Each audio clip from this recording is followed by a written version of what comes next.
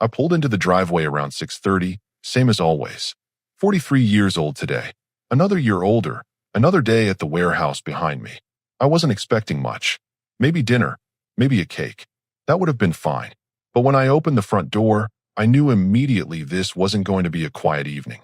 The living room was full of women. 7, maybe 8 of them, all sitting around our dining table with wine glasses and those forced smiles that don't quite reach the eyes. I recognized most of them. Vanessa's friends from her yoga studio and that networking group she joined last year. Hey, I said, setting my keys down. Didn't know we were having company tonight. Vanessa stood up, smoothing down her dress. The expensive one I'd seen on the credit card statement last month. $200 for a birthday dinner at home. Surprise, she said, but her tone wasn't celebratory. It was sharp, performative. We're having a little gathering. For your birthday. The women at the table exchanged glances. A few of them were smirking. I walked to the kitchen, grabbed a beer from the fridge. Corona, not my first choice, but it was cold. When I came back, they were all watching me. So, Vanessa said, louder now, making sure everyone could hear. I've been thinking a lot lately about our marriage, about how things need to change. I took a sip of beer, didn't say anything, just watched. Starting today, we're implementing some new rules. She pulled out her phone, actually had notes written down. First, you need to start asking permission before making plans with your friends. I need to know where you are and who you're with. One of her friends nodded enthusiastically. Boundaries are so important. Second, Vanessa continued, you need to do more around the house. I shouldn't have to ask you to clean or do laundry. You should just know. I almost laughed. I worked 50 hours a week at the distribution center. She worked 25 hours at a boutique, part-time, flexible schedule. But sure, I was the one not pulling my weight. And third, she said, pausing for effect, you need to contribute more financially. I'm tired of feeling like I'm carrying this household. That one got me. I set the beer down on the coffee table. Contribute more financially, I repeated. Yes, we need to be equal partners. The friends were all nodding now. One of them, Harper I think her name was, actually started clapping. Then another joined. Within seconds, they were all applauding like Vanessa had just delivered some inspiring speech. My husband needed this talk too, one of them said. Men just don't get it unless you're direct. Exactly, another chimed in. They need structure, rules. Otherwise they just do whatever they want. I looked at each face around that table, studied them. The smug expressions, the superiority, the absolute certainty that they were right and I was wrong. Vanessa was beaming, feeding off their validation. So, she said, crossing her arms. What do you think? Can you handle these new expectations? I took another drink, longer this time. Then I set the bottle down and smiled. I think, I said slowly, that I have an announcement of my own to make. The room got quieter. Vanessa's smile faltered just slightly. But first, I continued, standing up. I need to grab some documents from my office. Give me 5 minutes. I walked down the hallway, hearing the confused murmurs behind me. Someone asked Vanessa what I was talking about. She said she had no idea, but her voice had lost some of that confidence. In my office, I opened the file cabinet. Third drawer down. The folder was exactly where I'd left it 3 days ago, when I'd finally finished putting everything together. Bank statements, credit card bills, screenshots, receipts, all of it organized, chronological, undeniable. I'd been waiting for the right moment. Didn't think it would be tonight, but Vanessa had made her choice. She wanted to humiliate me in front of her friends, turn my birthday into some kind of power play. Fine, I could work with that. I grabbed the folder and walked back to the living room. All eyes turned to me as I sat down on the couch, folder in my lap. All right, I said, looking directly at Vanessa. Let's talk about rules and contributions and equality. I think everyone here deserves to know the truth. Vanessa's face went pale. What are you doing? She asked. I opened the folder. Just making my announcement, I said. Like I promised. The room was completely silent now. No more smirking. No more knowing glances. Just tension. And the truth was about to make things very uncomfortable for everyone at that table. I pulled the first document from the folder. Bank statement from our joint checking account. 3 months worth, highlighted in yellow where it mattered. So Vanessa mentioned I need to contribute more financially. I said, looking around the table. Let's break that down for everyone here. I held up the first statement. This is September. My paycheck, $2,100 after taxes, deposited on the 15th. Her paycheck, $740, deposited on the 20th. Vanessa stood up. Stop it. This is private. You made it public when you announced your rules in front of your friends, I said calmly. Sit down. She didn't. But she didn't leave either. I continued. Rent on this place is $1,300 a month. I pay it. Every month. That's from my account. I pulled out another statement. Utilities average $200. I pay that too. Car insurance for both vehicles, $180. Me again. Harper, the one who'd clapped first, was staring at her wine glass now. Not so enthusiastic anymore. Groceries, I went on, pulling out credit card statements. I do the shopping every Sunday. $150 to $200 a week. That's my card. I spread the receipts across the coffee table. And before anyone asks, yes, I cook most of the dinners too. Monday through Thursday at least. Because I get home first. This is humiliating, Vanessa said, her voice shaking. On your birthday you're doing this. Oh, we're just getting started, I replied. October statement. My check, same amount. Your check, $740. But look at this. I pointed to a specific line. $470 at Nordstrom. $320 at that boutique downtown. $215 at the spa. One of the friends, Quinn I think, shifted uncomfortably in her seat. I work hard for my money, Vanessa said defensively. I deserve to treat myself. Absolutely, I agreed. With your money. Not mine. But that's not even the interesting part. I pulled out my phone, opened the screenshots folder. See, about 4 months ago, I noticed you were going out a lot. Tuesday lunches, Thursday afternoon coffee meetings. You said it was networking, building your professional connections. Vanessa's face went from pale to ashen. Networking is important. One of her friends offered weekly. It is, I nodded. Except these weren't networking meetings. I held up my phone, showed the first screenshot. Text messages between Vanessa and someone named Drew.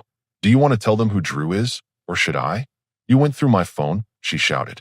That's a violation of my privacy. Your phone was open on the kitchen counter, I said. You got a message while you were in the shower. It popped up on the screen. I didn't have to go through anything. It was just sitting there. The message on the screen read, Can't wait to see you Thursday. Same place. Drew Callahan, I said to the room. Used to work with Vanessa at her old job. They've been meeting up regularly for the past 4 months. Every Tuesday, every Thursday. Sometimes Saturdays when I'm working overtime. We're just friends, Vanessa insisted, but her voice cracked. Friends, I repeated. Let me show you the receipts then. I laid them out one by one. Lunch at Romano's Bistro, $85. Lunch at the Copper Table, $92. Drinks at Harvest Bar, $67. I looked up at her. All charged to the credit card that I pay off every month. You were using my money to wine and dine your friend Drew. The silence in the room was suffocating. One of the friends had her hand over her mouth. Another was staring at Vanessa like she'd never seen her before. It's not what you think, Vanessa said, tears forming now. We never did anything. We just talked. About what? I asked. Because based on these messages, you spent a lot of time complaining about me. Look at this one. I read from my phone. He's so controlling about money. Acts like I'm not allowed to spend anything. Or this one, I continued. Sometimes I wonder why I even married him. He doesn't understand me at all. Or my personal favorite, I said, scrolling down. Drew gets me in a way he never could. Harper was gathering her purse. I think I should go. No, stay, I said. You were so enthusiastic about Vanessa's new rules 10 minutes ago. I want you to hear the rest. She froze, caught between leaving and staying.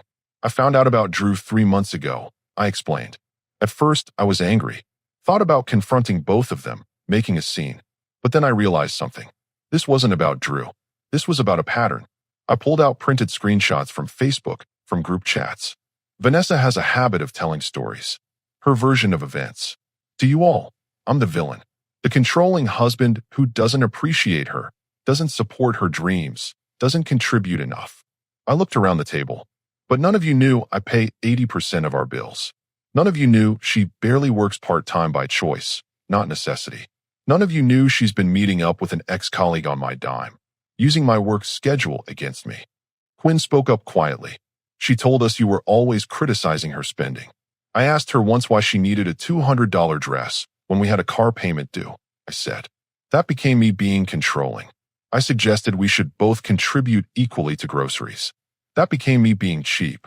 This is so messed up, another friend muttered. Vanessa was crying now, mascara running. You don't understand the pressure I'm under. Trying to build a career, trying to maintain friendships, trying to be a good wife. A good wife? I repeated slowly. Let me tell you about being a good spouse.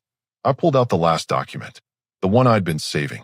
This, I said, holding it up, is a consultation summary from a divorce attorney. I met with him last week. Discussed the division of assets, the timeline, the process. The room went completely still. What? Vanessa whispered. My announcement, I said, looking directly at her. The one I wanted to make tonight. You wanted new rules for our marriage. Here's mine. There won't be a marriage. You can't be serious, she said. The papers will be filed Friday morning, I continued. You'll be served by Monday. This apartment is in my name. Inheritance money from my uncle helped with the down payment. You'll need to find somewhere else to stay within 30 days. One of the friends stood up abruptly. I'm sorry. I'm so sorry. We didn't know. She never told us any of this. Another joined her. Yeah, this is messed up. I feel awful for how we treated you tonight. Vanessa looked at them desperately. Wait, you're leaving? You're supposed to be my friends. You lied to us, Harper said quietly. About everything. We thought we were supporting you through a difficult marriage. But you were just using us to validate treating him like garbage. Quinn walked over to me. I went through something similar with my ex-husband. He did the same thing, twisted every story to make me look bad. I'm really sorry we bought into it. One by one, her friends stood up, grabbing their coats and purses. Each one apologized, some more sincerely than others. Within 5 minutes, the apartment was empty except for me and Vanessa. She stood there, surrounded by empty wine glasses and the ruins of her performance, crying. You humiliated me, she said. No, I corrected. You humiliated yourself. I just told the truth. We can fix this, she pleaded. Counseling, therapy, whatever you want. I closed the folder and stood up. I don't want to fix it. I want it to end. I walked to the guest bedroom, the one I'd been secretly preparing for the past week. My clothes were already in the closet. Toiletries in the bathroom. I'd been ready for this conversation, just didn't expect it to happen at a birthday party. Happy birthday to me, I muttered, closing the door behind me. Through the wall, I could hear Vanessa crying. I felt nothing. The next morning, I woke up to 17 missed calls and 34 text messages. All from Vanessa. I didn't read them. Didn't need to. I knew exactly what they'd say. Apologies mixed with accusations. Promises mixed with threats. The usual cycle. I got dressed, made coffee, and headed to work like it was any other Friday. At the warehouse, nobody knew what had happened. That was fine. I wasn't looking for sympathy or advice. Just wanted to do my job and go home. Around lunch, my phone buzzed. Unknown number. I let it go to voicemail. Then it buzzed again. Same number. Third time, I answered. Is this about the Bradley residence? A woman's voice asked. Depends who's asking. This is Paige from Sunset Property Management. Your wife called this morning asking about breaking the lease early. I'm calling to confirm. Are you both planning to vacate? I almost laughed. No, just her. The lease is in my name only. She has no authority to break it. Silence on the other end. Then, she said it was a joint lease. She says a lot of things, I replied. Check your records. My name, my signature, my deposit. She's not on any paperwork. Got it. Thank you for clarifying. I hung up and texted my attorney. She's already trying to mess with the apartment. Might want to send that letter sooner than Monday. He responded within minutes. We'll expedite. Should be delivered tomorrow. When I got home that evening, Vanessa was sitting on the couch, laptop open, tissues scattered around her. She looked up when I walked in. We need to talk, she said. No, we don't. Please. Just 5 minutes. I set my keys down, grabbed a water from the fridge. You've got 3. She closed the laptop. I called a marriage counselor. Dr. Sheffield. She has amazing reviews. She can see us next Wednesday. Not interested. You won't even try? Her voice broke. After 7 years, you won't even try to save this. 7 years, I repeated. You know what I did for 7 years? Worked my tail off while you figured out your career. Supported your boutique job that pays minimum wage because you said it made you happy. Covered rent, bills, groceries, everything, because you needed time to find yourself. I took a drink of water. And what did you do? Complained to your friends that I was controlling. Met up with Drew behind my back. spent money we didn't have, then had the nerve to announce rules for me at my own birthday party. I made mistakes, she admitted. But you're not perfect either. You shut me out emotionally. You never want to talk about feelings. Because every time I brought up something that bothered me, you turned it into an argument about how I was attacking you. I said, I mentioned the credit card bill once, and you didn't talk to me for 3 days. She looked away. That's not fair. 3 days of silent treatment because I asked about a $400 charge. You want to talk about emotional manipulation? Start there. My phone buzzed. Text from Quinn, one of Vanessa's friends from last night. Hey, I know this is weird, but I wanted to reach out. What happened last night has been bothering me. Can we talk sometime? I showed Vanessa the screen. Your friend wants to talk to me. Her face went red. Don't you dare. Dare what? Have a conversation? You don't get to control who I talk to anymore. She's my friend. Was your friend? I corrected. Pretty sure that changed when she realized you'd been lying to her for months. Vanessa stood up, started pacing. This is insane. You're blowing up our entire life over what? Some text messages? Some lunches? You think this is about Drew? I shook my head. This is about respect. You don't respect me. Haven't for a long time. Maybe you never did. That's not true. Then why did you feel the need to humiliate me in front of your friends? I asked. Why announce your new rules publicly instead of having a private conversation? Because you wanted them to see you put me in my place. You wanted validation. You wanted to feel powerful. She didn't answer. Couldn't. The papers will be delivered tomorrow, I said. My attorney moved up the timeline. You'll have 30 days to find somewhere else to stay. I'm not kicking you out on the street, but I'm not living like this either. Where am I supposed to go? Not my problem. You've got friends, family. Figure it out. She grabbed her phone. I'm calling my mother. Good idea. Maybe she can explain why lying to your spouse and spending their money on secret meetups is a bad idea. Vanessa stormed into the bedroom, door slamming behind her. I could hear her voice rising, talking to her mother, crying, painting me as the villain again probably. My phone buzzed again. This time Harper. I owe you an apology. A genuine one. Can I buy you coffee tomorrow? I want to explain why we were so quick to believe her version of things. I stared at the message. Part of me wanted to ignore it, cut ties with everyone connected to Vanessa. But another part was curious. Why had they been so ready to applaud her little performance? I texted back. Tomorrow, 11. Corner Brew on 5th. Thank you. See you then. The bedroom door opened. Vanessa came out, phone still in her hand, eyes puffy. My mom wants to talk to you. Tell her hi. She wants to mediate. Help us work through this. I laughed. Actually laughed. Your mother, who thinks I'm not good enough for you, who told you at our wedding that you were settling, wants to mediate our divorce. Pass. You heard that. I was standing 10 feet away. She wasn't exactly whispering. Vanessa's face crumpled. I defended you. After she said it, I pointed out. You didn't shut it down immediately. You waited to see if anyone else agreed first. She sat back down on the couch, defeated. I don't know what to do. Start looking for apartments, I suggested. You've got 30 days. I can't afford rent on my own. Should have thought about that before implementing your new rules. She looked at me with something between anger and desperation. You're enjoying this. No, I said honestly. I'm not.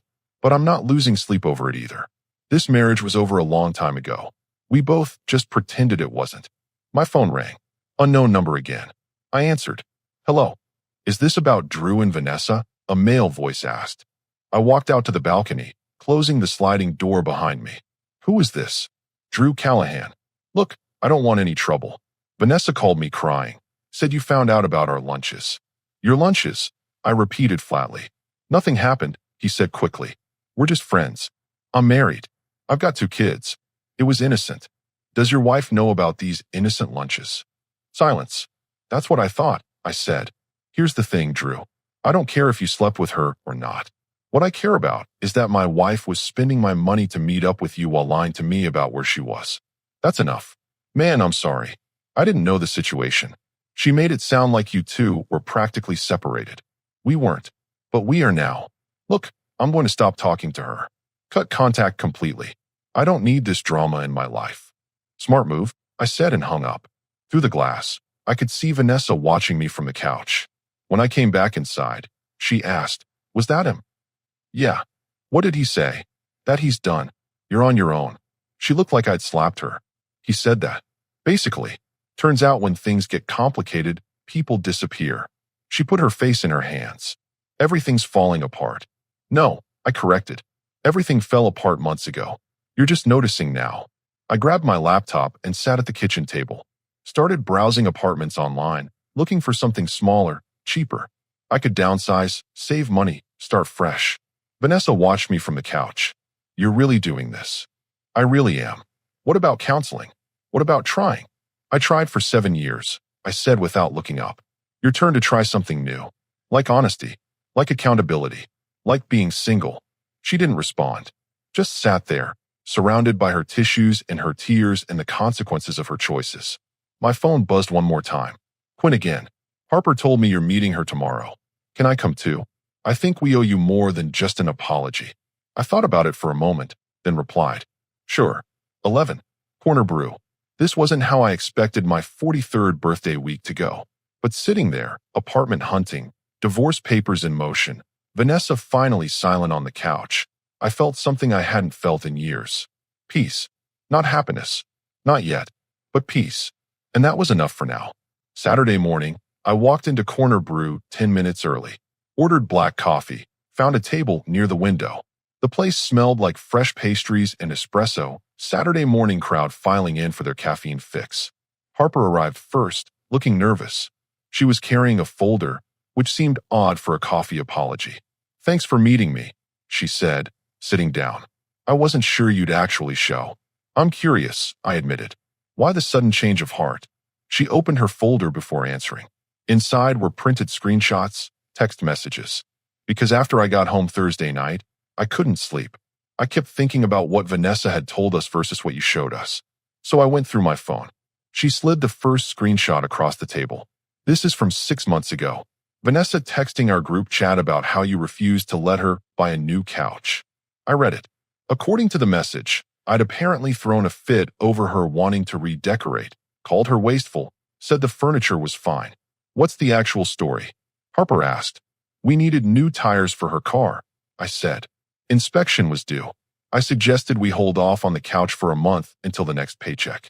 She agreed at the time, then apparently went and told you all I was controlling. Harper nodded slowly. That's what I figured. Quinn walked in then, saw us at the table, ordered her coffee, and joined us. Morning. Morning, I replied. Harper showed Quinn the screenshots. I was just showing him how Vanessa framed things. Quinn pulled out her own phone. Yeah, I've been looking through old messages too. It's bad. Like, everything she told us was twisted. She showed me another message thread. This one about how I'd supposedly ruined her birthday last year by refusing to take her out to dinner.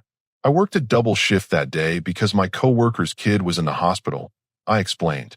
I came home exhausted at midnight. We celebrated that weekend instead. Went to that Italian place downtown, the expensive one. Cost me $160. She never mentioned any of that.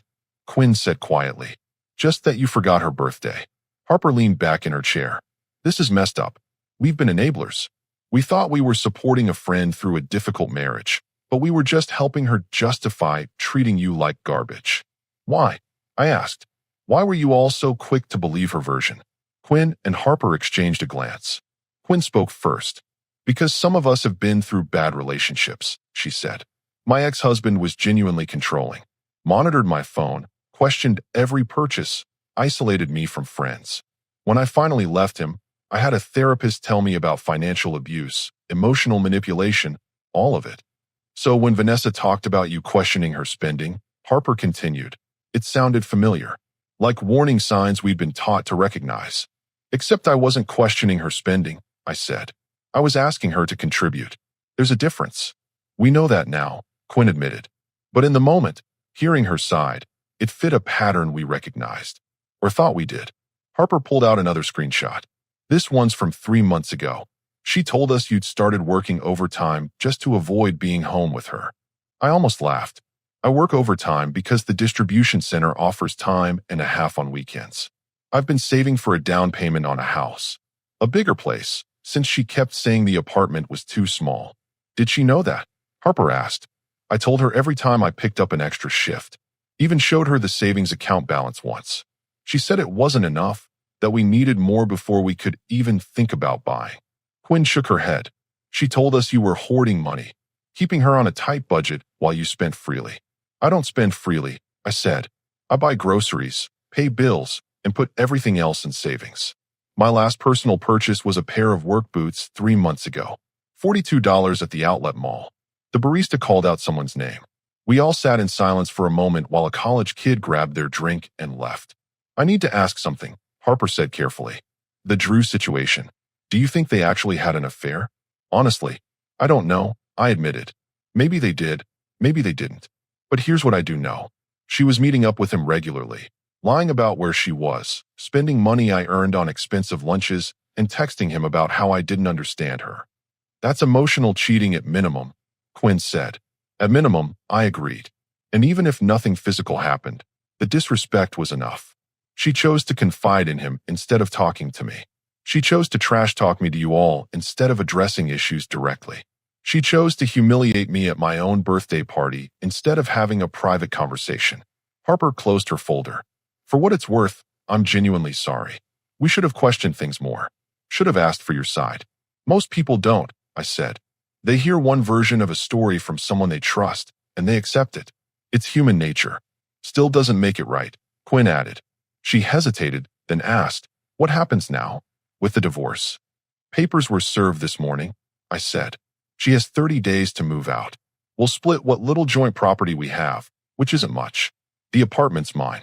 Savings account is mine. She can take the furniture she bought with her credit cards. Where will she go? Her mother's, probably. Or maybe she'll move in with one of her other friends. I looked at them pointedly, assuming she has any left after Thursday night. Quinn winced. Most of the group chat has gone quiet. Nobody knows what to say. A couple people defended her at first, said you were being cruel, but then others started sharing their own stories about things she'd said that didn't add up. Like what? Like she told someone you refused to let her go back to school, Harper said. But you'd mentioned to me once that you offered to help pay for classes if she wanted to finish her degree. I did offer, I confirmed. She said she'd think about it. Never brought it up again. Then apparently it became another example of me being unsupportive. My phone buzzed. Text from my attorney. Papers delivered. She refused to sign initially, but the process server left them anyway. Legal protocol followed. I showed them the message. She's going to fight this, isn't she? Quinn asked. Probably, but there's not much to fight over. No kids, no shared property beyond some furniture, no significant assets. It'll be fast and clean. Unless she tries to claim you owe her support, Harper suggested. Spousal support, alimony, whatever. She can try, I said. But I've got documentation showing she chose to work part-time. I've got proof I offered to support her going back to school. I've got texts where she turned down full-time job offers because the hours weren't convenient. Quinn pulled up something on her phone, showed it to Harper. They both looked uncomfortable. What? I asked. Vanessa just posted on social media, Quinn said, turning the phone so I could see. The post was vague but pointed. When you give everything to someone and they throw it away over one mistake. Feeling heartbroken, comments were already rolling in. Friends asking if she was okay, offering support, saying whoever hurt her didn't deserve her. She's not mentioning your name, Harper noted, but everyone who knows you both will know who she's talking about. Let her, I said. I'm not getting into a social media war. People who matter know the truth. Everyone else can think what they want. You're not going to defend yourself? Quinn asked. Why would I? The kind of people who make judgments based on vague social media posts aren't people whose opinions matter to me. Harper smiled slightly. That's probably the healthiest attitude I've heard in a while. We talked for another 20 minutes. They shared more examples of how Vanessa had twisted situations, painted herself as a victim, positioned me as the antagonist in a story she'd been writing for years. When we finally stood to leave, Quinn grabbed my arm gently. Can I ask you something personal? Sure. Do you feel guilty? At all? I thought about it honestly. No. I feel relieved. I feel like I've been carrying a weight for 7 years and finally put it down. Good, she said. Because you shouldn't feel guilty. You tried. You more than tried. Harper paid for her coffee and headed out first. Quinn lingered. My ex-husband, she said quietly. The controlling one I mentioned. After I left him, it took me 2 years to trust anyone again. 2 years to believe that not every relationship was going to be that way. What made you finally trust again? I asked. Meeting someone who respected me, she said simply. Someone who listened, who compromised, who treated me like an equal partner. And realizing that my ex's behavior wasn't normal, wasn't acceptable, wasn't something I had to endure. I hope you find that too, she added. Someone who appreciates what you bring to the table. Thanks, I said. She smiled and left. I sat back down, finished my coffee, watched people walk by outside. Couples holding hands, friends laughing, dogs pulling their owners down the sidewalk. My phone buzzed again. Vanessa this time. Harper and Quinn told me they met with you. You're turning my friends against me. This is exactly the kind of manipulative behavior I was talking about. I stared at the message for a long moment. Then I deleted it without responding. She didn't deserve my energy anymore. Didn't deserve my time, my attention, my emotional labor.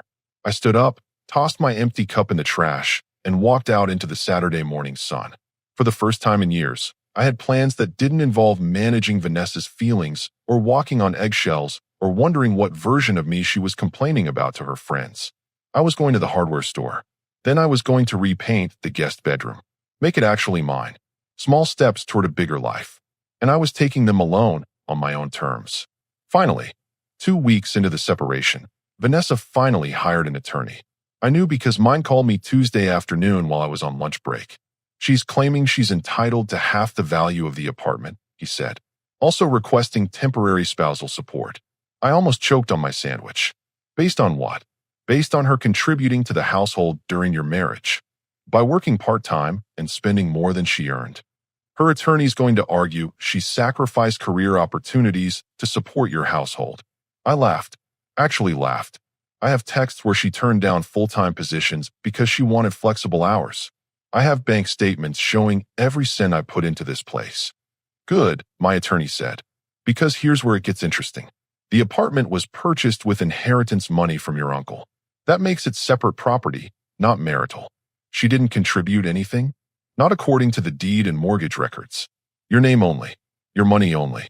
She has no claim. Relief washed over me. What about spousal support?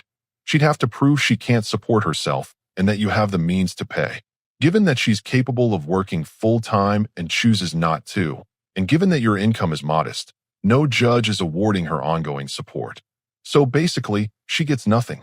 She gets whatever personal property she brought into the marriage and anything you agree to give her. But legally, she's not entitled to the apartment or ongoing financial support. When's the court date? 3 weeks. But honestly, I expect her attorney will advise her to settle once they review the documentation. He was right. Friday afternoon, my phone rang. Unknown number. This is Vanessa's attorney, Mr. Walsh. I'd like to discuss a settlement. I'm listening. My client is willing to forego any claim to the apartment in exchange for $10,000 and half the furniture. Counteroffer, I said. $0, and she can take whatever furniture she personally purchased. I have receipts showing what I bought. Silence. Then, that's quite firm. It's fair. She contributed nothing to the down payment. She worked minimal hours by choice. She spent money we didn't have on clothes and lunches with Drew Callahan. I'm not rewarding that behavior with a payout. Mr. Callahan has nothing to do with the division of assets. He has everything to do with why we're getting divorced, which your client conveniently left out when she hired you. I'm guessing. More silence. I'll discuss this with my client and get back to you. He called back Monday. She'll accept your terms. She wants to schedule movers for next weekend. Fine. I'll be out of the apartment that day. She can take what's hers. The following Saturday, I stayed at a buddy's place while Vanessa and her mother cleared out her belongings. When I came back Sunday evening, the apartment was half empty. Couch gone. Decorative pieces gone. Kitchen table gone. But it was mine. Completely, legally, finally mine. I ordered pizza, sat on the floor, ate dinner in the quiet. My phone buzzed. Text from Quinn. Heard the settlement went through. How are you doing? Good. Really good, actually. Glad to hear it. You deserve peace. I looked around the sparse apartment. No more walking on eggshells. No more managing someone else's emotions. No more wondering what version of events was being shared behind my back. Just silence. Space. Possibility. I texted back. Yeah, I think I finally found it. 6 months later, I was standing in my apartment on my 44th birthday. The place looked completely different now. New furniture I'd picked out myself. Walls painted the colors I wanted. A gym set up in the corner where the decorative cabinet used to be. The divorce was finalized 3 months ago. Clean break, no drama in the end. Vanessa had moved in with her mother, last I heard. Working full-time now at a retail job, no choice anymore. Her social media went quiet after people started asking questions she couldn't answer. Drew apparently got divorced too. His wife found out about the lunches, didn't care that nothing physical happened. Smart woman. I'd reconnected with old friends I'd lost touch with during the marriage. Started lifting weights again. Picked up the guitar I'd abandoned years ago. Small things that were just mine. Quinn texted me that morning. Happy birthday. Any big plans? Few buddies coming over. Low key. Perfect. That's great. You've come a long way. She was right. 6 months ago, I was sitting in a room full of people who thought I was the problem. Tonight, I'd be surrounded by people who actually knew me. Around 7, my friends started arriving. Connor brought beer. Blake ordered pizza. We watched the game, talked about work, made stupid jokes. Nobody asked about Vanessa. That chapter was closed.